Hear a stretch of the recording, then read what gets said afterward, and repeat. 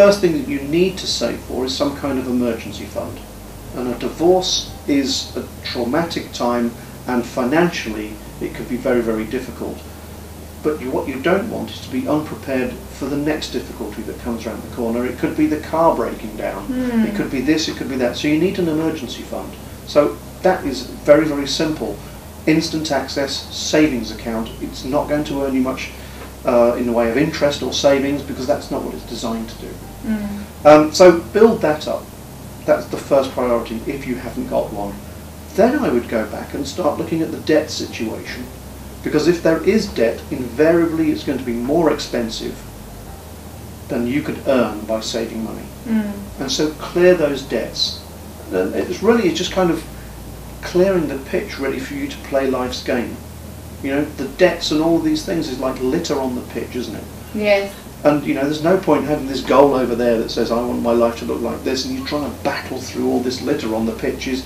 Take some time out. You've got your reserve fund, and just clear the litter. That's what the debt is. And get some other of the issues that might be in your life sorted out, so that you have a clear run at the goals that you've set. And then you start saving, and then you start investing. Now that's the advice that I give people. Again, that's different for everybody, but let's assume you've started to clear that debt.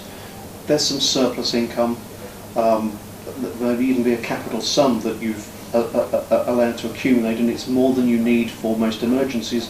Then you can begin to think of your medium-term objectives and your longer-term objectives, because you know that I can tell you that the age I am, that longer-term objective suddenly comes rushing up quite quickly.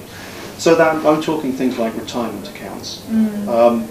And there may be a desire, you know, you may want to do something else with your life that needs a work break. That could be a medium-term objective. So you start saving for those, but let the objective dictate how you save for it, rather than listen to the expert that says you should have this and buy those shares and do these things.